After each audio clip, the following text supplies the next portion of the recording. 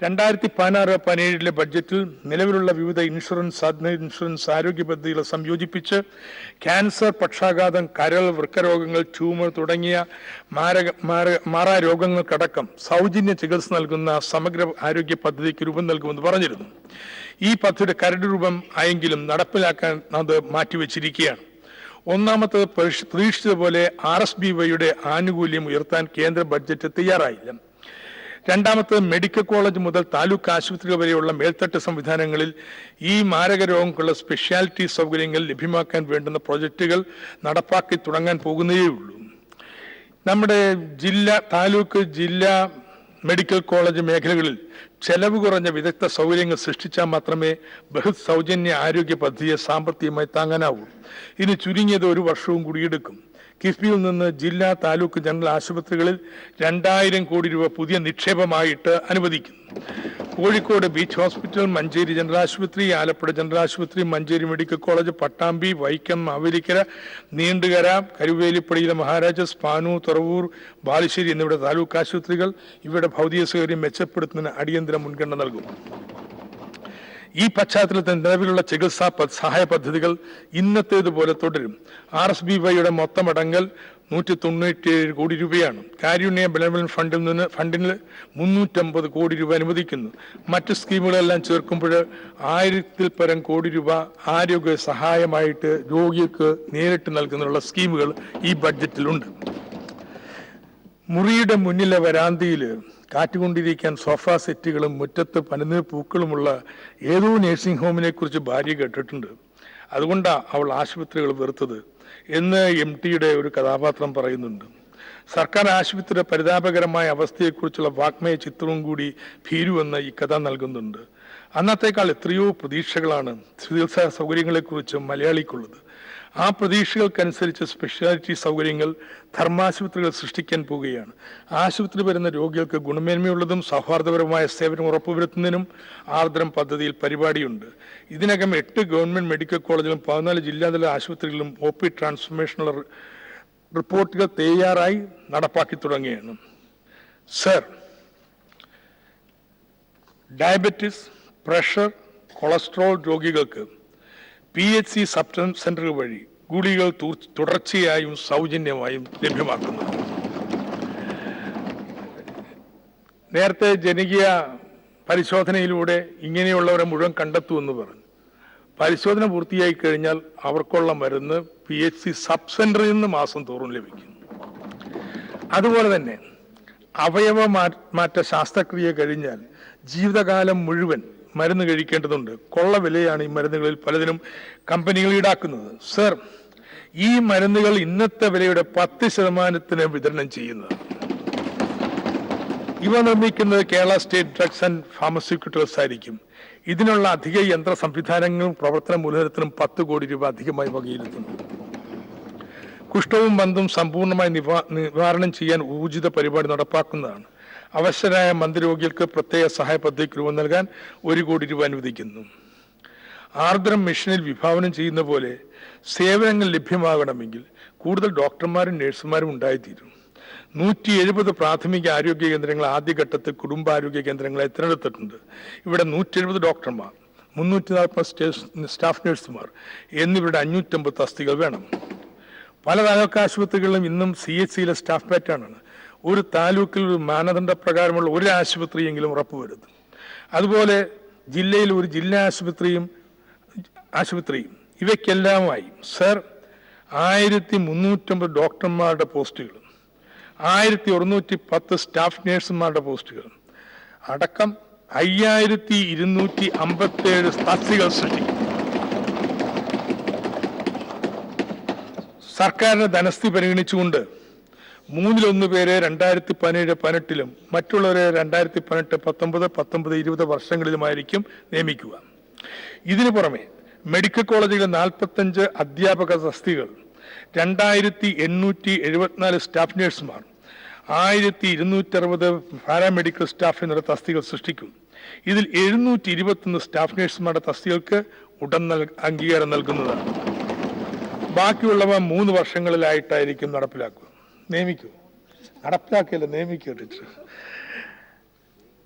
തെറ്റും തിരുത്തും എന്ന ആദ്യകാല കഥ മുതൽ ഒട്ടേറെ സന്ദർഭങ്ങളിൽ MD തൻ്റെ സ്കൂൾ കാലം ഓർമ്മിക്കുന്നുണ്ട്. MDയുടെ മാത്രമല്ല, മലയാളിയുടെ മതനിരപേക്ഷ പുരോഗമന ബോധത്തിന് രൂപം നൽകിയത് നമ്മുടെ പൊതുവിദ്യാഭ്യാസമാണ്.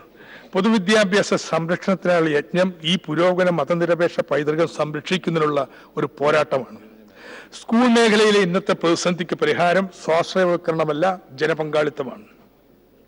അധ്യാപകരുടെയും രക്ഷാകർത്താക്കളുടെയും നാട്ടുകാരുടെയും മറ്റു വിദ്യാഭ്യാസ പ്രവർത്തനം കൂട്ടായ്മയുടെ പിന്തുണയോടുകൂടി വിദ്യാഭ്യാസ നിലവാരം ഉയർത്തുന്നതിന് 2 ദശാബ്ദമായി ഒട്ടേറെ പ്രവർത്തനങ്ങൾ നടന്നിട്ടുണ്ട്. ഇതിനെ പുതിയ വിധാനത്തിലേക്ക് ഉയർത്തുകയാണ് വിദ്യാഭ്യാസ സംരക്ഷണ യജ്ഞം ചെയ്യുന്നത്. കരിക്കുലത്തിലും അധ്യാപന രീതിയിലും കൊണ്ടുവന്ന പുരോഗമന നേട്ടങ്ങളെ മുന്നോട്ട് കൊണ്ടുപോകുന്നതോടൊപ്പം വിദ്യാഭ്യാസ ഭൗതിക സൗകര്യങ്ങളിൽ, പ്രത്യേകിച്ച് അധ്യയന ഉപകരണങ്ങളിൽ ഒരു കുതിച്ചുചാട്ടം സൃഷ്ടിക്കുന്നതാണ് പുതുമയുള്ള കാര്യം.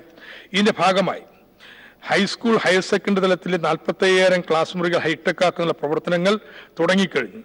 ഇതിൽ നിമിത്തമാക്കിക്കൊണ്ട് മറ്റ് ഭൗതിക സൗകര്യങ്ങൾ മെച്ചപ്പെടുത്തുന്നതിനും അധ്യയന നിലവാരം ഉയർത്തുന്നതിനും കുട്ടി ആർജിക്കേണ്ട ശേഷികൾ ഉറപ്പുവരുത്തുന്നതിനും വേണ്ടിയുള്ള ഒരു ജനകീയ പ്രസ്ഥാനത്തിന്റെ സാധ്യതകൾ 4 മണ്ഡലങ്ങളിലെ പൈലറ്റ് പ്രൊജക്ട് തെളിയിച്ചിട്ടുണ്ട്. 2017-18 ഈ പദ്ധതി പൂർത്തീകരിക്കും. 500 കോടി രൂപയാണ് ഇതിന് കഴിഞ്ഞ ബഡ്ജറ്റിൽ വകയിരുത്തിയത്. ഇത് പൂർത്തീകരിച്ചു കഴിഞ്ഞാൽ സ്കൂൾ ലബോറട്ടറികൾ നവീകരിക്കുന്നതിനുള്ള പ്രവർത്തനങ്ങൾ ഏറ്റെടുക്കും. ക്ലാസ് മുറികൾ, വ്യായാമ സൗകര്യങ്ങൾ, എക്കോ പാർക്കുകൾ തുടങ്ങിയ പശ്ചാത്തല സൗകര്യങ്ങൾ എന്നിവ സംബന്ധിച്ച് സംസ്ഥാന തലത്തിൽ നിശ്ചയിക്കുന്ന പൊതു മാനദണ്ഡങ്ങൾക്ക് വിധേയമായി ഓരോ വിദ്യാലയത്തിന്റെയും പ്രത്യേകതകളൂടി കണക്കിലെടുത്തുകൊണ്ട് വിശദമായ രൂപരേഖ തയ്യാറാക്കും. ഇതോടൊപ്പം അധ്യയന നിലവാരം ഉയർത്തുന്നതിനും പാഠ്യാനുബന്ധ പ്രവൃത്തികൾക്കും പാഠ്യേതര പ്രവർത്തനങ്ങൾക്കുമുള്ള വിശദമായ രേഖ കൂടി ചേരുമ്പോൾ സ്കൂളിനുള്ള മാസ്റ്റർ പ്ലാനായി മാനേജ്മെന്റ് നിക്ഷേപം, നാട്ടുകാരുടെ സംഭാവന, PTA ഫണ്ട്, CSR സ്രോതസ്സുകൾ, തദ്ദേശ ഭരണ സ്ഥാപന വിദ്യാഭ്യാസ വകുപ്പിന്റെ ധനസഹായം തുടങ്ങിയ വ്യത്യസ്ത സാമ്പത്തിക സ്രോതസ്സുകൾ ഉപയോഗപ്പെടുത്തി അവ യാഥാർത്ഥ്യമാക്കാനാണ് ഉദ്ദേശിക്കുന്നത്. ഈ മാസ്റ്റർ പ്ലാനുകളുടെ അടിസ്ഥാനത്തിൽ സ്കൂൾ നവീകരണത്തിന് 4 തരം സ്കീമുകളാണ് പ്രഖ്യാപിക്കുന്നത്. ഒന്നാമത്തത് കഴിഞ്ഞ ബഡ്ജറ്റിൽ പ്രഖ്യാപിച്ചതാണ്. ഓരോ മണ്ഡലത്തിലും ഒരു സ്കൂളിനെ മികവിന്റെ കേന്ദ്രമായി ഉയർത്തുന്നതിന് 1000 കോടി രൂപ കിഫ്ബിയിൽ നിന്ന് അനുവദിച്ചിരുന്നു. മൊത്തം ചെലവിന്റെ പകുതി പരമാവധി 5 കോടി രൂപയാണ് സ്കൂളിന് മുടക്കുന്നത്. പങ്കാളിയാവുന്ന ഏജൻസി അല്ലെങ്കിൽ സ്കൂൾ PTA ബാക്കിയുള്ള പണം കണ്ടെത്തുകയും ആവർത്തന ചെലവുകൾക്കായി സ്ഥിര നിക്ഷേപം ഉറപ്പാക്കുകയും വേണം. ഇതിന് താല്പര്യരായിട്ടുള്ള ഏജൻസികൾ ഇതിനകം മുന്നോട്ട് വന്നു കഴിഞ്ഞിട്ടുണ്ട്. മാസ്റ്റർ പ്ലാനുകൾ തയ്യാറായിക്കൊണ്ടിരിക്കുകയാണ്. മേൽപ്പറഞ്ഞ സ്കീമിൽ ഉൾപ്പെടാത്ത 1000 കുട്ടികളിൽ കൂടുതൽ പഠിക്കുന്ന എല്ലാ സർക്കാർ സ്കൂളുകളുടെയും ഭൗതിക സൗകര്യങ്ങൾ മെച്ചപ്പെടുത്താൻ കിഫ്ബിയിൽ നിന്ന് 500 കോടി രൂപ നിക്ഷേപിക്കുന്നു. ഒരു സ്കൂളിന് പരമാവധി 3 കോടി രൂപയാണ് നൽകുക. മാസ പരിശോധന അടിസ്ഥാനത്തിലായിരിക്കും സംബന്ധിച്ച തീരുമാനമെടുക്കുക. ഇതാണ് രണ്ടാമത്തെ സ്കീം. ഇതിനോട് ബന്ധപ്പെടുത്തി 200 വർഷം പിന്നിട്ട 3 എയ്ഡഡ് സ്കൂളുകളടക്കം 7 പൈതൃക സ്കൂളുകൾക്ക് പ്രത്യേക പരിഗണന നൽകുന്നതാണ്. മൂന്നാമത്തെ സ്കീം പ്രൈമറി, അപ്പർ പ്രൈമറി സ്കൂളുകൾക്ക് വേണ്ടിയുള്ളതാണ്. ഇതിനാവശ്യമായ പണം വിദ്യാഭ്യാസ വകുപ്പിന്റെ ബഡ്ജറ്റ് വിഹിതത്തിൽ നിന്നാണ് കണ്ടെത്തുക. ബഡ്ജറ്റിൽ പൊതുവിദ്യാഭ്യാസ അടങ്കലിൽ 216 കോടി രൂപ പശ്ചാത്തല സൗകര്യ വികസനത്തിനാണ്. നാലാമത്തെ സ്കീം എയ്ഡഡ് സ്കൂളുകൾക്കടക്കം പങ്കെടുക്കാവുന്ന ചലഞ്ച് ഫണ്ടാണ്. മാനേജ്മെന്റ് അല്ലെങ്കിൽ സ്കൂൾ സംരക്ഷണ സമിതി മുടക്കുന്ന തുകയ്ക്ക് തുല്യമായ നിക്ഷേപം പരമാവധി 1 കോടി രൂപ സർക്കാർ നൽകും. ഇതിനായി 50 കോടി രൂപ അധികമായിട്ട് വകയിരുത്തുന്നു. 4 സ്കീമുകളിലും ഓരോ സ്കൂളിലും തങ്ങളുടെ മാസ്റ്റർ പ്ലാൻ അവതരിപ്പിക്കേണ്ടതാണ്. വിദ്യാഭ്യാസ നിലവാരം ഉയർത്തുന്നതിനുള്ള രൂപരേഖ പരിശോധിക്കുന്നതിന് വിദഗ്ധ സമിതിയെ നിയോഗിക്കും. ഈ പരിശോധനയിൽ തൃപ്തികരമാണെങ്കിൽ മാത്രമേ ഭൗതിക സാഹചര്യങ്ങൾ വർദ്ധിപ്പിക്കാനുള്ള നിർദ്ദേശങ്ങൾ പരിഗണിക്കുകയുള്ളൂ. ഹയർ സെക്കൻഡറി മേഖലയിൽ പുതിയ സ്കൂളുകളിലും ബാച്ചുകളും ഫുൾ വർക്ക് ലോഡുള്ള പോസ്റ്റുകൾ അനുവദിക്കും. 2500-ലേറെ അധ്യാപക തസ്തികകൾ ഇപ്രകാരം സൃഷ്ടിക്കേണ്ടി വരുമെന്ന് കണക്കാക്കുന്നു. ആരോഗ്യ രംഗത്തെന്ന പോലെ 2017, 2018-19 എന്നീ 2 വർഷങ്ങളിലായിട്ടായിരിക്കും ഈ തസ്തികകൾ സൃഷ്ടിക്കുക. 2013-14, 2014-15, 2015-16 എന്നീ വർഷങ്ങളിൽ അനുവദിക്കപ്പെട്ട ഹയർ സെക്കൻഡറി സ്കൂളുകളും ബാച്ചുകളുമായി ബന്ധപ്പെട്ട് നിൽക്കുന്ന അരാജകത്വം ഒരു വലിയ അളവോടെ ഇതുവഴി അവസാനിപ്പിക്കാനാവും. സമ്പൂർണ്ണ പാർപ്പിട പദ്ധതി ലക്ഷ്യം കൈവരിക്കുന്ന 2 രീതിയിലുള്ള ഇടപെടലുകളാണ് വിഭാവനം ചെയ്യുന്നത്. ഭൂമിയുള്ള ഭവനരഹിതർക്ക് ഇപ്പോഴുള്ളതുപോലെ ഭവന നിർമ്മാണത്തിന് ധനസഹായം നൽകുന്ന സ്കീം ഉണ്ടാവും. ഭൂമിയില്ലാത്ത ഭവനരഹിതർക്ക് പാർപ്പിട സമുച്ചയങ്ങൾ നിർമ്മിച്ച് ഫ്ളാറ്റുകൾ നൽകാനാണ് ഉദ്ദേശിക്കുന്നത്. ഇവ കേവലം പാർപ്പിട സമുച്ചയങ്ങൾ മാത്രമായിരിക്കില്ല. ഉപജീവന സുരക്ഷയ്ക്കും വിദ്യാഭ്യാസ സാമൂഹ്യ ആരോഗ്യ പരിരക്ഷയ്ക്കും മറ്റും വേണ്ടിയുള്ള ഇടപെടലുകൾ സമുച്ചയ കൂട്ടായ്മയുടെ അടിസ്ഥാനത്തിൽ സർക്കാർ സഹായത്തോടെ ലഭ്യമാക്കും. മുൻകാല പദ്ധതികളിൽ പണം അനുവദിച്ചവരിൽ വീട് പൂർത്തീകരിക്കാൻ കഴിയാത്തവരെ സഹായിക്കാൻ പ്രത്യേക സ്കീമുണ്ടാവും. ഗുണഭോക്താക്കളുടെ സമഗ്രമായ മുൻഗണന ലിസ്റ്റ് തയ്യാറാക്കുന്നതിന് ആവശ്യമായ വിവരശേഖരണ സർവേ തയ്യാറെടുപ്പുകൾ പൂർത്തിയായി കഴിഞ്ഞു. ജനറൽ വിഭാഗത്തിന് 3 ലക്ഷം രൂപയും എസ് സി മത്സ്യത്തൊഴിലാളികൾക്ക് 3 ലക്ഷം രൂപയുമായിരിക്കും ധനസഹായം. ഈ തുകയ്ക്ക് തീർക്കാവുന്ന വീടുകളുടെ വ്യത്യസ്ത പ്ലാനുകളിൽ ഗുണഭോക്താക്കൾക്ക് ഇഷ്ടമുള്ള തിരഞ്ഞെടുക്കാം. പട്ടികവർഗ ഗുണഭോക്താക്കളുമായി ചർച്ച ചെയ്ത് അവരുടെ അംഗസംഖ്യയുടെ കണക്കിലെടുത്ത് വീടിന്റെ വലുപ്പവും രൂപവും ചെലവും നിശ്ചയിക്കാൻ അനുവാദം നൽകും. സാമൂഹ്യ പ്രതിബദ്ധതയുള്ള ഏജൻസി മുഖേന പട്ടികവർഗക്കാർക്ക് വീട് നിർമ്മിച്ച് നൽകാനാണ് ഉദ്ദേശിക്കുന്നത്. വിവിധ ഡിപ്പാർട്ട്മെന്റ് സ്കീമുകളെ തദ്ദേശ ഭരണ സ്ഥാപന അടിസ്ഥാനത്തിൽ സംയോജിപ്പിക്കും. കേന്ദ്രാവിഷ്കൃത സ്കീമുകളുടെ ധനസഹായം, ഭവന നിർമ്മാണത്തിന് കേന്ദ്ര പ്രഖ്യാപിച്ചിരുന്ന കുറഞ്ഞ പലിശയ്ക്കുള്ള വായ്പ, സംഭാവന, CSR ഫണ്ട്, വാണിജ്യ വായ്പ തുടങ്ങിയവയെല്ലാം സംയോജിപ്പിച്ചുകൊണ്ടായിരിക്കും ആവശ്യമായ പണം സമാഹരിക്കുക. മൊത്തം 16,000 കോടി രൂപയെങ്കിലും ഇതിന് 5 വർഷം കൊണ്ട് ചെലവ് വരുമെന്ന് പ്രതീക്ഷിക്കുന്നു. ലൈഫ് പാർപ്പിട സമുച്ചയങ്ങൾക്ക് ആവശ്യമായ ഭൂമിയുടെ വില കിഫ്ബി ലാൻഡ് ബോണ്ട് വഴിയായിരിക്കും കണ്ടെത്തുക. വിതരണക്കാരുടെയും ഇടനിലക്കാരുടെയും ചൂഷണം ഒഴിവാക്കാൻ നിർമ്മാണ സാമഗ്രിയുടെ വിലകൾ കൂടിയാലോചനയോടെ ജില്ലാ സംസ്ഥാന തലങ്ങളിൽ നിശ്ചയിക്കും. ഗുണമേന്മ ഉറപ്പാക്കാനും സാങ്കേതിക സഹായം ലഭ്യമാക്കാനും എഞ്ചിനീയറിംഗ് വിദ്യാഭ്യാസ സ്ഥാപനങ്ങളെ തേർഡ് പാർട്ടി ടെക്നിക്കൽ ഏജൻസികളെ നിശ്ചയിക്കും. ഓരോ വീടിന്റെയും നിർമ്മാണ പുരോഗതി പൊതുജനങ്ങൾക്ക് കൂടി നിരീക്ഷിക്കാൻ കഴിയും വിധത്തിൽ IT അധിഷ്ഠിത മോണിറ്ററിംഗ് സംവിധാനം ആവിഷ്കരിക്കുന്നതാണ്. 2017-18 1 ലക്ഷം ഭവനരഹിതർക്ക് വീട് നൽകും. അധികാര വികേന്ദ്രീകരണത്തിൽ ഏറ്റവും പിന്നണിയിലായിരുന്ന സംസ്ഥാനങ്ങളിൽ കേരളത്തെ 1ാം സ്ഥാനത്തേക്ക് ഉയർത്തിയത് ജനകീയ ആസൂത്രണമാണ്. 20 വർഷം പിന്നിടുമ്പോഴും അന്ന് ആവിഷ്കരിച്ച ആസൂത്രണ ചിട്ടകളിൽ വലിയ മാറ്റമുണ്ടായിട്ടില്ല. താഴേക്ക് നൽകിയ ഫണ്ടും അധികാരങ്ങളും ഇപ്പോഴും തുടരുന്നു. ഗ്രാമീണ ആസ്തികൾ നിർമ്മിക്കുന്നതിനും സേവന നിലവാരം ഉയർത്തുന്നതിനും ഗണനീയമായ പങ്ക് തദ്ദേശ ഭരണ സ്ഥാപനങ്ങൾ വഹിച്ചിട്ടുണ്ട്. 5-1 തദ്ദേശ ഭരണ സ്ഥാപനങ്ങളെങ്കിലും ഇന്ന് രാജ്യത്തിന്റെ അഭിമാനകരമായിട്ടുള്ള മാതൃകകളായി തുടരുന്നു. പക്ഷെ തിരുത്തേണ്ട ഒട്ടേറെ ദൗർബല്യങ്ങളുണ്ട്. ജനകീയ ആസൂത്രണത്തിന് 1ാം ഘട്ടത്തിൽ ദൗർബല്യം നിർവഹണം സംബന്ധിച്ചായിരുന്നു. സമയബദ്ധമായി പദ്ധതികൾ പൂർത്തീകരിക്കുന്നില്ല. വിവിധ തട്ടുകൾ തമ്മിലുള്ള സംയോജനം വേണ്ടത്രയില്ല. ജനപങ്കാളിത്തം കുറയുന്നു. അഴിമതി തിരിച്ചു വരുന്നു. ഇവ തിരുത്തുന്നതിനും മാതൃകാ പഞ്ചായത്തുകളുടെ എണ്ണം ഇന്നത്തെ 5-1 നിന്ന് പകുതിയെങ്കിലുമാക്കി ഉയർത്തുന്നതിന് ജനകീയ ആസൂത്രണത്തിന്റെ 2ാം പതിപ്പ് അനിവാര്യമാണ്. ഇന്ന് ആസൂത്രണത്തെ ആസ്പദമാക്കിയാണ് ബഹുജന ക്യാമ്പയിൻ രൂപം നൽകിയതെങ്കിൽ അന്ന് ആസൂത്രണത്തെ ആസ്പദമാക്കിയാണ് ബഹുജന ക്യാമ്പയിന് രൂപം നൽകിയതെങ്കിൽ ഇന്ന് നിർവഹണത്തിൽ ഊന്നിക്കൊണ്ടുള്ള ക്യാമ്പയിനാണ് ഉദ്ദേശിക്കുന്നത്. ഇതിനായി മുമ്പ് പരാമർശിച്ച മിഷനുകളുടെ വിഷയമേഖലകളാണ് തിരഞ്ഞെടുത്തിട്ടുള്ളത്. ഈ മേഖലകളിൽ ഗണ്യമായ ഭാഗം തദ്ദേശ ഭരണ സ്ഥാപനങ്ങളുടെ അധികാര പരിധിയിൽപ്പെടുന്നവയാണ്. ഇത്തരമൊരു സംയോജനം അത് എളുപ്പമാക്കി തീർക്കും. വിവിധ തട്ടുകളും ഏജൻസികളും തമ്മിലുള്ള സംയോജനം ഉറപ്പുവരുത്തുന്നതിനും തദ്ദേശ ഭരണ സ്ഥാപനങ്ങൾക്ക് സാങ്കേതിക സഹായം നൽകുന്നതിനും മിഷനുകൾ സഹായകരമാകും. ലക്ഷ്യങ്ങൾക്കും പ്രൊജക്ടുകൾക്കും രൂപം നൽകുക അതത് തദ്ദേശ ഭരണ സ്ഥാപനങ്ങളായിരിക്കും.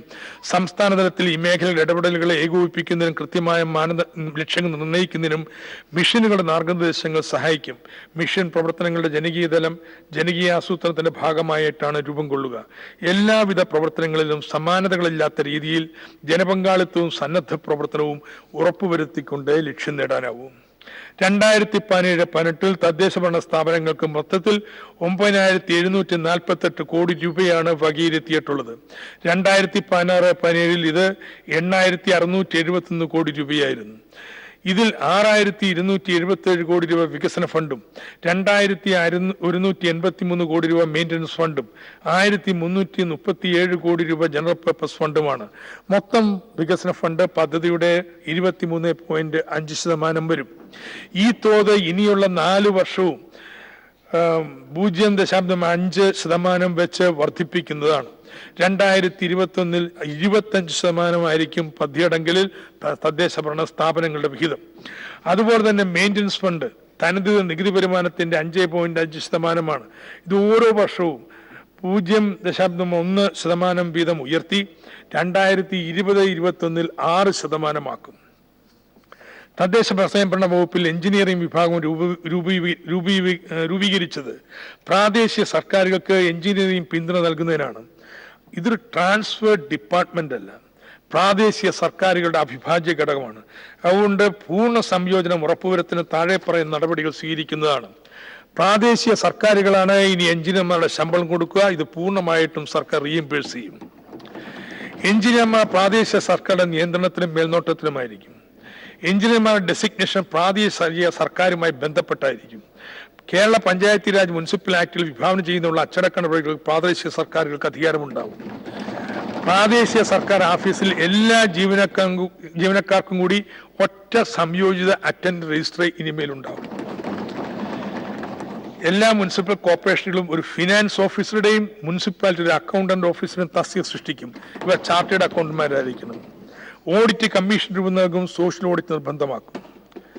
തദ്ദേശ ഭരണത്തിന് കീഴിൽ ഗ്രാമവികസനത്തെ 924 കോടി രൂപയും നഗരവികസനത്തിന് 75 കോടി രൂപയും പദ്ധതിയിൽ അനുവദിച്ചിട്ടുണ്ട്. ഇതിന് മുഖ്യമായിട്ട് ദേശീയ തൊഴിലുറപ്പ് പദ്ധതി, പ്രധാനമന്ത്രി സഡക് യോജന, ആവാസ് യോജന, RIDF, ഉപജീവന മിഷൻ, സ്വച്ഛ് ഭാരത് തുടങ്ങിയവയുടെ എല്ലാം സംസ്ഥാന വിഹിതമാണ്. ഈ കേന്ദ്രപുരസ്കൃത പദ്ധതികളെല്ലാം തദ്ദേശ ഭരണ സ്ഥാപനങ്ങൾ വഴിയാണ് നടപ്പാക്കുക. സ്മാർട്ട് സിറ്റി വികസന സ്കീമിൽ കൊച്ചിയെ ഉൾപ്പെടുത്തിയിട്ടുണ്ട്. തിരുവനന്തപുരത്തെ ഉൾപ്പെടുത്തുമെന്ന് പ്രതീക്ഷിക്കുന്നു. സ്മാർട്ട് സിറ്റി മിഷന് സംസ്ഥാന വിഹിതമായി 100 കോടി രൂപ വകയിരുത്തുന്നു. അമൃത് പദ്ധതിക്ക് സംസ്ഥാന വിഹിതമായി 150 കോടി രൂപ വകയിരുത്തുന്നു. ജൻറം KSUDP പദ്ധതിയുടെ പൂർത്തീകരണത്തിന് 150 കോടി രൂപ വകയിരുത്തുന്നു. അയ്യങ്കാളി തൊഴിലുറപ്പ് പദ്ധതി അടങ്ങിൽ 25 കോടി രൂപയാണ്. പെൻഷൻ ബാധ്യത ചില മുനിസിപ്പാലിറ്റികൾ കഠിനമായിട്ടുള്ള ഭാരമായി മാറിയിട്ടുണ്ട്. ഇതിന് ശാശ്വത പരിഹാരം നിർദ്ദേശിക്കാൻ ഒരു കമ്മിറ്റിയെ നിയോഗിക്കുന്നതാണ്. ഇന്നത്തെ പ്രതിസന്ധി മറികടക്കാൻ മുനിസിപ്പാലിറ്റിക്കും കോർപ്പറേഷനുമായി 50 കോടി രൂപ അധികമായിട്ട് അനുവദിക്കുന്നു. പുതിയ മുനിസിപ്പാലിറ്റികൾ കെട്ടിട നിർമ്മാണത്തിന് 10 കോടി രൂപ വകയിരുത്തുന്നു. കിലയെ പ്രാദേശിക ഭരണത്തിന്റെ അന്തർദേശീയ മികവ് കേന്ദ്രമായി ഉയർത്തുന്നതിനുള്ള നടപടികൾ തുടരും. 30 കോടി രൂപ വകയിരുത്തുന്നു. സർ, 4 കെട്ടിലെ മുത്താച്ചിയെ മറക്കാൻ പ്രയാസമാണ്. കൊട്ടിലെ മുത്താച്ചി അറിയാത്തവർ കൂടല്ലൂരില്ല. 70 കഴിഞ്ഞ മുത്താച്ചി ഇപ്പോഴും ചെറിയ കുട്ടികളുടെ കൂടെ തിരുപ്പറക്കും, കൈകൊട്ടി കളിക്കും. ഭേദപ്പെട്ട വീടുകളിൽ പോയ 1-2 ദിവസം താമസിക്കും. പോരുമ്പോൾ പെണ്ണുങ്ങൾ അരി കൊടുക്കണം, ചെറുപ്പക്കാർ അണ കൊടുക്കണം. സർ, ഇങ്ങനൊരു സമ്പ്രദായമായിരുന്നു നാട്ടിലെ അഗതികളായ വൃദ്ധരെ സംരക്ഷിച്ചിരുന്നത്. ഇന്ന് ഈ സാമൂഹ്യ വ്യവസ്ഥ നിലനിൽക്കുന്നില്ല. അവിടെയാണ് സമ്പൂർണ്ണ സാമൂഹ്യ സുരക്ഷാ പദ്ധതി നടപ്പാക്കുന്നതിന്റെ പ്രസക്തി. കേരളത്തിൽ 60 വയസ്സ് കഴിഞ്ഞ സർവീസ് പെൻഷൻ ഇല്ലാത്ത, 2 ഏക്കറിൽ ഏറെ ഭൂമിയില്ലാത്ത, ആദായ നികുതി കൊടുക്കാത്ത എല്ലാവർക്കും സാമൂഹ്യ സുരക്ഷാ പെൻഷൻ നൽകുന്നതാണ്. എല്ലാ സാമൂഹ്യ ക്ഷേമ പെൻഷനുകളും 1100 രൂപയായി വർദ്ധിക്കുന്നു. കേരളത്തിൽ ഇന്ന് 49 ലക്ഷം പേർ വികലാംഗ വിധവകൾ ഉൾപ്പെടെ പെൻഷൻ വാങ്ങുന്നവരായുണ്ട്. ഇതിൽ കേന്ദ്ര സർക്കാർ പെൻഷൻ 80 വയസ്സിൽ താഴെയുള്ളവർക്ക് 500 രൂപ മാത്രമാണ്. BPL കുടുംബങ്ങൾക്ക് മാത്രമേ അർഹതയുള്ളൂ. എന്നാൽ കേരളത്തിൽ ക്ഷേമ പെൻഷനുകളും മറ്റും വാങ്ങുന്ന നല്ലൊരു വിഭാഗം ആളുകളും രണ്ടാമതൊരു കേന്ദ്ര പെൻഷൻ അവകാശമാണ് എന്നാണ് കരുതുന്നത്. ഇതുമൂലമാണ് കേന്ദ്ര സംസ്ഥാന സർക്കാർ പെൻഷൻ ലഭിക്കുന്നവരെയും അനർഹരെയും മാറ്റി നിർത്തിയാൽ 60 വയസ്സ് കഴിഞ്ഞ 30 ലക്ഷം പേർ മാത്രമുള്ള കേരളത്തിൽ 49 ലക്ഷം പേർക്ക് പെൻഷൻ നൽകേണ്ടി വരുന്നത്. ക്ഷേമ പെൻഷനുകൾ ഗണ്യമായി ഇനിയും ഉയർത്താൻ തീരുമാനിച്ചിരിക്കുന്ന പശ്ചാത്തലത്തിൽ ഇങ്ങനൊരു അവസ്ഥ തുടരാനാവില്ല. സാമൂഹ്യ ക്ഷേമ പെൻഷൻ വാങ്ങുന്നവരുടെ ഏകീകൃതമായ സമഗ്ര ലിസ്റ്റ് തയ്യാറാക്കിക്കൊണ്ടിരിക്കുകയാണ്. ഇത് പൂർത്തിയായാൽ പുതിയ പെൻഷൻ അപേക്ഷിച്ചവർക്ക് പെൻഷൻ അനുവദിക്കും. ഒരാൾക്ക് 1100 രൂപയുടെ ഒരു പെൻഷന് അർഹതയുണ്ടാവൂ. 2 പെൻഷനുകൾ വാങ്ങിക്കൊണ്ടിരുന്നവർക്ക് രണ്ടാമത്തെ പെൻഷൻ ഈ സർക്കാർ അധികാരത്തിൽ വരുന്നതിന് മുമ്പ് നിലവിലിരുന്ന 600 രൂപ നിരക്കിൽ വാങ്ങാൻ അവകാശമുണ്ടാവും. ഭിന്നശേഷിയായ ഈ കൃഷിക്കാർക്കും EPF പെൻഷൻകാർക്കും സ്വയം പര്യാപ്ത ക്ഷേമനിധി പെൻഷൻ വാങ്ങുന്നവർക്കും മാത്രമേ ഭാവിയിൽ പുതുതായി രണ്ടാമത്തെ പെൻഷൻ ലഭിക്കൂ. ഇവർ കേന്ദ്ര സർക്കാരിന്റെ ആനുകൂല്യങ്ങൾക്ക് അർഹതപ്പെട്ടവരുമായിരിക്കണം.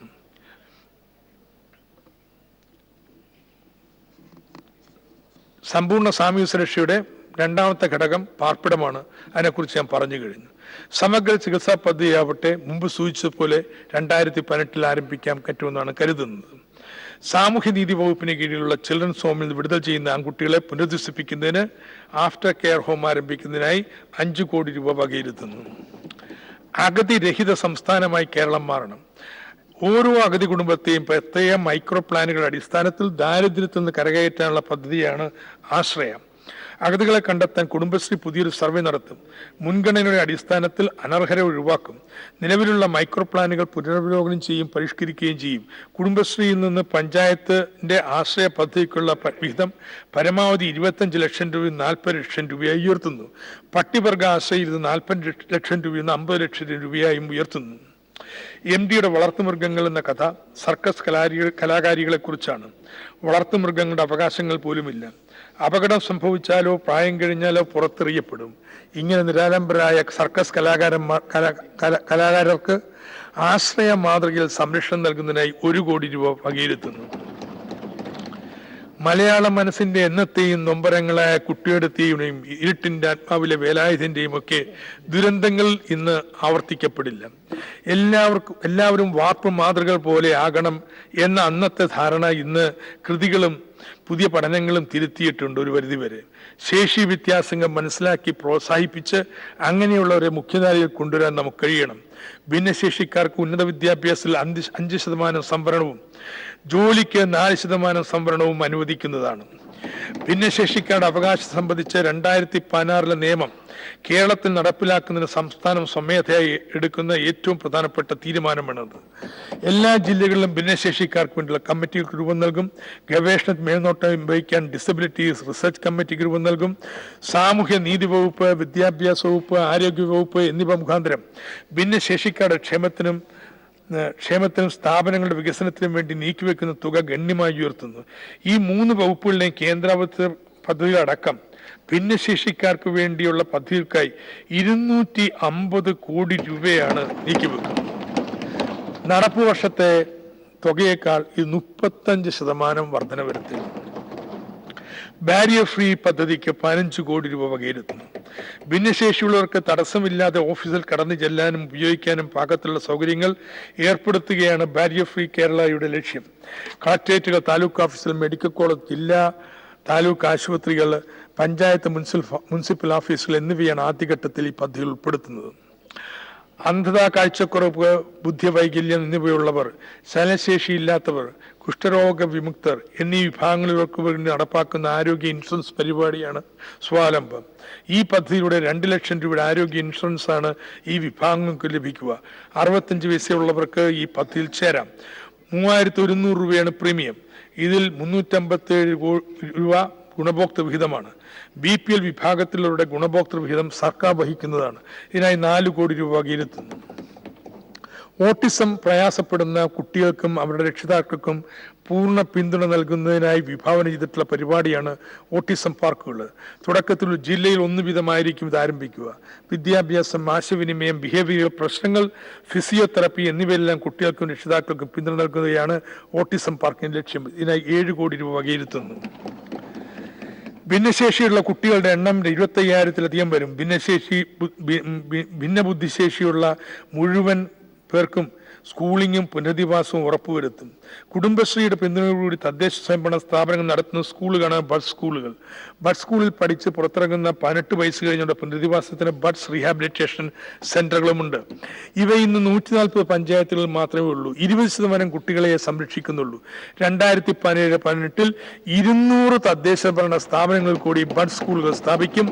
ഒരു ബഡ് സ്കൂൾ പുതുതായി ആരംഭിക്കുന്ന സർക്കാർ 25 ലക്ഷം രൂപ പ്രത്യേക ധനസഹായം നൽകും. ഇത് കുടുംബശ്രീക്ക് പ്രത്യേകമായി ലഭ്യമാക്കും. കെട്ടിടങ്ങളും സൗകര്യങ്ങളും പഞ്ചായത്ത് കെട്ടിടം. ബഡ് സ്കൂളിന് വേണ്ടുന്ന മിനി ബസ്, പ്രത്യേക മേശ, കസേര, ഉപകരണങ്ങൾ തുടങ്ങിയവ കുടുംബശ്രീ വഴി നൽകും. ഇതിനായി ഈ പദ്ധതിയിൽ 40 കോടി രൂപ വകയിരുത്തുന്നു.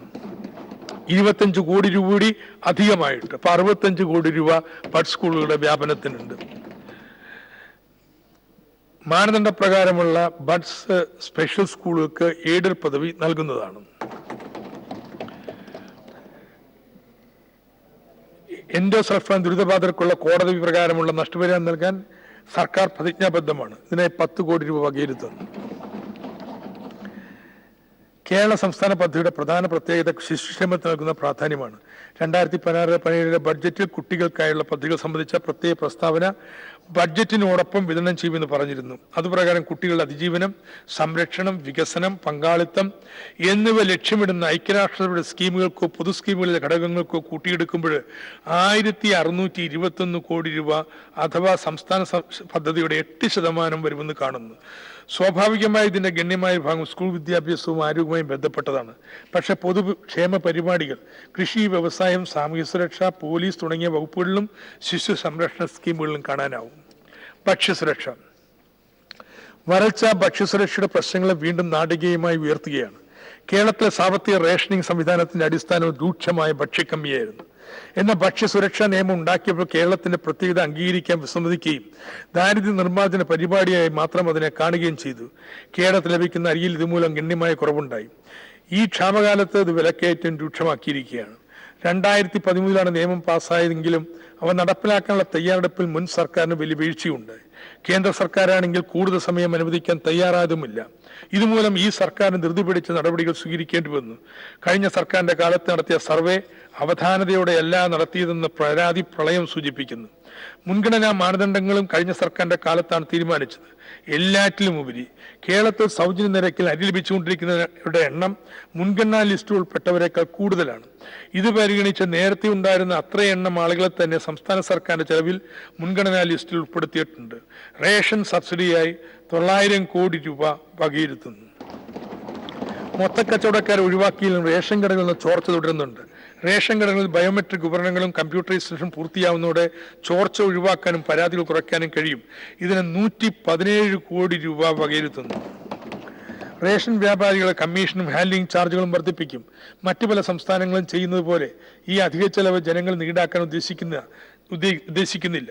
ഇതിലേക്കായി 100 കോടി രൂപ വകയിരുത്തുന്നു. കേന്ദ്ര സർക്കാർ കേരളത്തിന്റെ അരിവിഹിതം ഉയർത്താൻ സമ്മതിച്ചാൽ മാത്രമേ ഇന്നത്തെ അരിക്ഷാമത്തിന് പ്രതിവിധി കാണാൻ കഴിയും. പഴയ കാരണവന്മാരെ പോലെ തറവാട്ടിലെ 10,000 കേന്ദ്ര സർക്കാർ പൂട്ടിവെച്ചിരിക്കുകയാണ്. MD നാലകെട്ടിൽ വിവരിക്കുന്ന പോലെ വലിയമ്മാമ വീണ്ടും പറഞ്ഞു, ഒരു മണി നെല്ലും തരില്ല, നിങ്ങളെ പഠിക്കുമെന്ന് ഞാനും നോക്കട്ടെ. നെല്ല് കളഞ്ഞു കൊടുക്കില്ലെന്നാണ് ഇപ്പോൾ വാശി. 10,000 പൂട്ടി താക്കോൽ വരിയിൽ തിരികെ നടത്താം. വണ്ടിക്കാർക്ക് നെല്ല് വിൽക്കാൻ പോകുന്നതും കേട്ടു. സർ, ഈ നയമാണ് കേന്ദ്ര സർക്കാരിന്റെ ഈ നയമാണ് ഇന്നത്തെ റേഷൻ പ്രതിസന്ധിക്ക് അടിസ്ഥാനം. കേരളത്തിൽ സംഭരിക്കുന്ന നെല്ല് മില്ലുകാര് തിരിമറി ചെയ്യുന്ന ഒഴിവാക്കിയാൽ കേരളത്തിൽ ലഭിക്കുന്ന അരിയുടെ ഗുണമേന്മ ഉയർത്താനാവും. നെല്ല് സംഭരണത്തിന് 700 കോടി രൂപ വകയിരുത്തും. പൊതുകമ്പോളത്തിൽ ഫലപ്രദമായി ഇടപെടുന്നതിനുള്ള ധനസഹായമായി സിവിൽ സപ്ലൈസ് കോർപ്പറേഷന് 200 കോടി രൂപയും കൺസ്യൂമർ ഫെഡിന് 150 കോടി രൂപയും ഹോർട്ടികോപ്പിന് 30 കോടി രൂപയും വകയിരുത്തുന്നു. സിവിൽ സപ്ലൈസ് കോർപ്പറേഷൻ കേന്ദ്ര സർക്കാരിന്റെ ഓപ്പൺ മാർക്കറ്റ് ഓപ്ഷനിൽ പങ്കെടുത്ത് ഇതിനകം 1400 ടൺ അരി വാങ്ങി കേരളത്തിൽ 25 രൂപയ്ക്ക് ലഭ്യമാക്കി കഴിഞ്ഞു.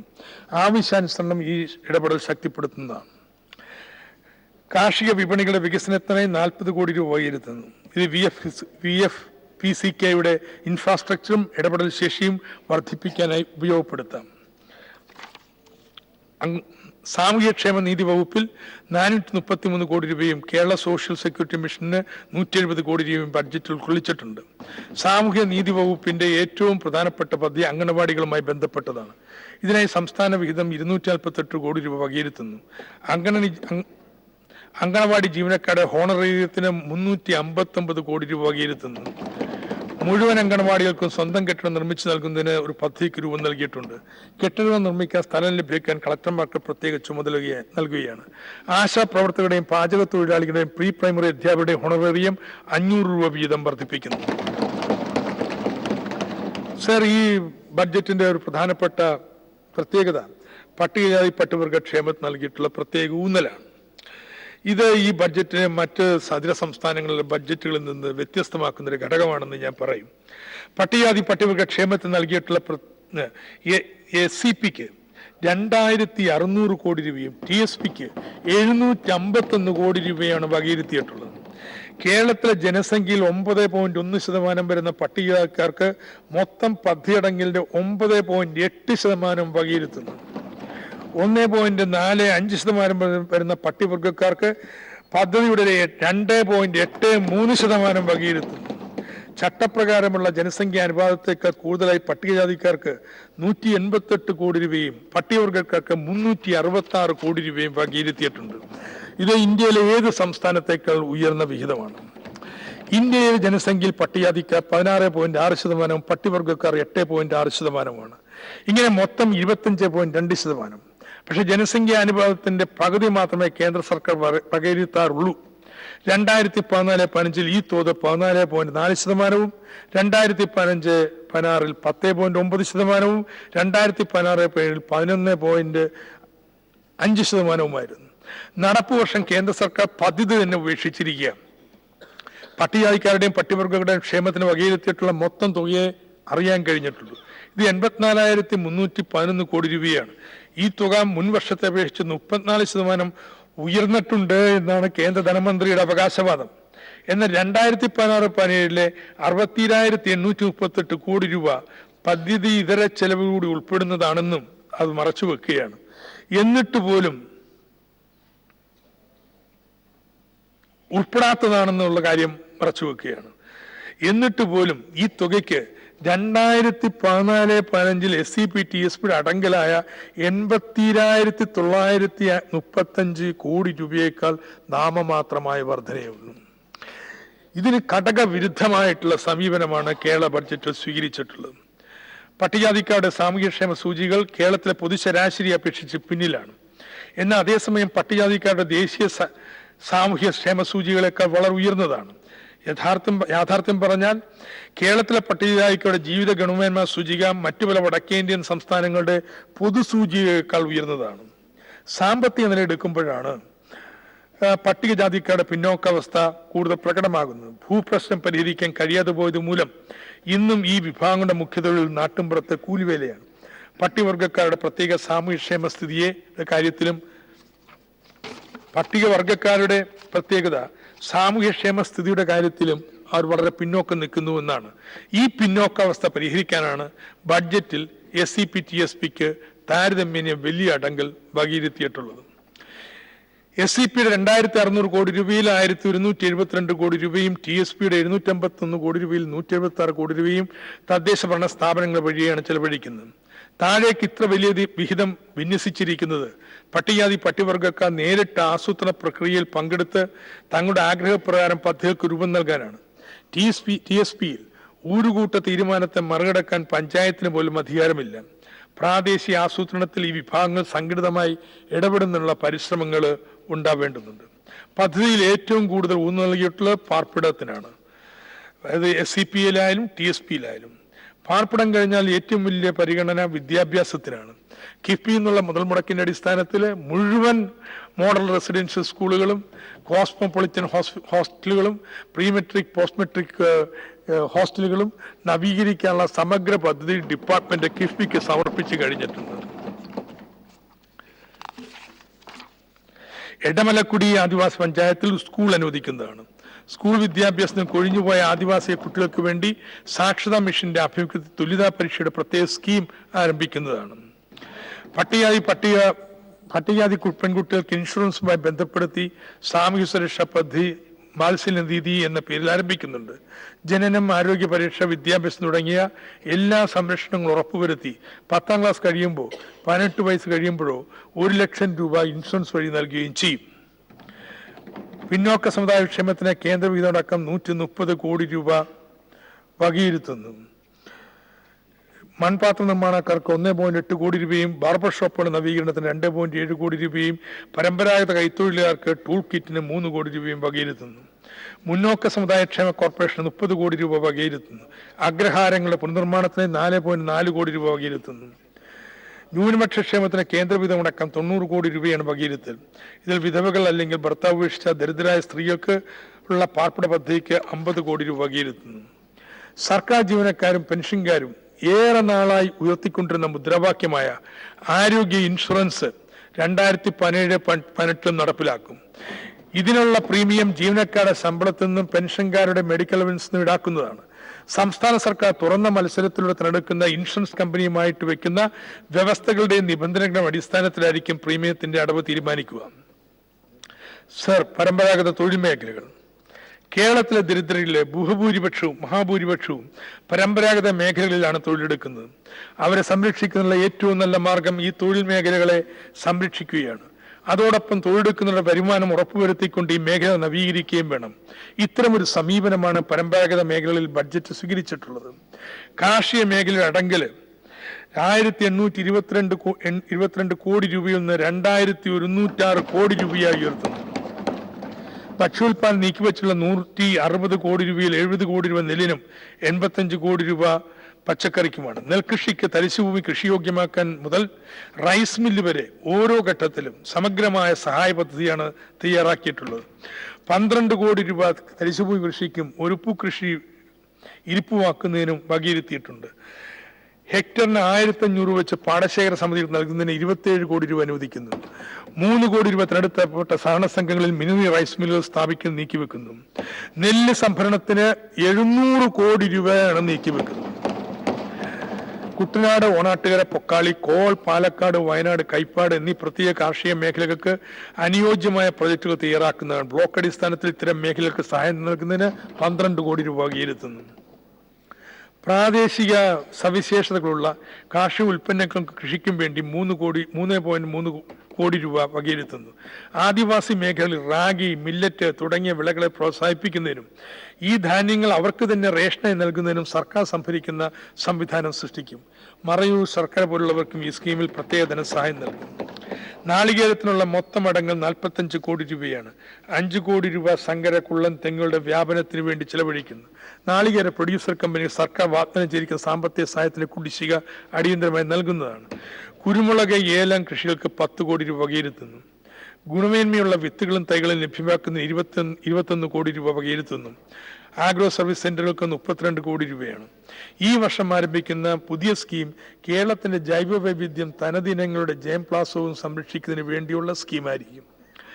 റബ്ബറിന്റെ വില താൽക്കാലികമായി ഉയർന്നിട്ടുണ്ടെങ്കിലും ചെറുകിട കൃഷിക്കാർക്ക് 150 രൂപ ഉറപ്പുവരുത്തുന്ന വിലസ്ഥിരതാ പദ്ധതി തുടരും. ഇതിലേക്കായി 500 കോടി രൂപ വകയിരുത്തുന്നു. വയനാട് പാക്കേജിനായി 19 കോടി രൂപ വകയിരുത്തുന്നു. കാസർഗോഡ് പാക്കേജിനായി 90 കോടി രൂപ വകയിരുത്തുന്നു. 5 വിളകൾക്ക് സ്പെഷ്യൽ എക്കണോമിക് സോൺ നിർണയിച്ചിട്ടുണ്ട്. നെല്ല് കുട്ടനാട്, കോള്, ഓണാട്ടുകര, പൊക്കാളി, പാലക്കാട്, കൈപ്പാട്, വയനാട് എന്നിവ. പച്ചക്കറി ദേവികുളം, കഞ്ഞിക്കുഴി, പടയന്നൂർ, ചിറ്റൂർ, കൊല്ലങ്കോട് എന്നിവ. വാഴ തൃശൂർ, പൂക്കൾ വയനാട്, നാളികേരം കോഴിക്കോട്. ഈ പ്രത്യേക കാർഷിക സോണുകളിലെ സംയോജിത പ്രവർത്തനം തുടക്കം കുറിക്കുന്നതിന് 10 കോടി രൂപ വകയിരുത്തും. മൂല്യവർദ്ധിത ഉൽപ്പന്നങ്ങൾക്ക് വേണ്ടിയുള്ള 14 ആഗ്രോ പാർക്കുകൾ കിഫ്ബി എന്നുള്ളതിന്റെ റിപ്പോർട്ട് തയ്യാറാക്കുന്ന അവസാന ഘട്ടത്തിലാണ്. ഇതിനുള്ള 100-150 കോടി രൂപ കിഫ്ബിയിൽ നിന്ന് ഇനിയും ലഭ്യമാക്കും. നാളികേര മൂല്യവർദ്ധിത ഉൽപ്പന്നങ്ങൾ ലക്ഷ്യമിട്ടുകൊണ്ട് കൂടുതൽ പ്രൊഡ്യൂസർ കമ്പനിക്ക് രൂപം നൽകും. കാർഷിക സഹകരണ സംഘങ്ങൾക്കും പ്രോത്സാഹിപ്പിക്കും.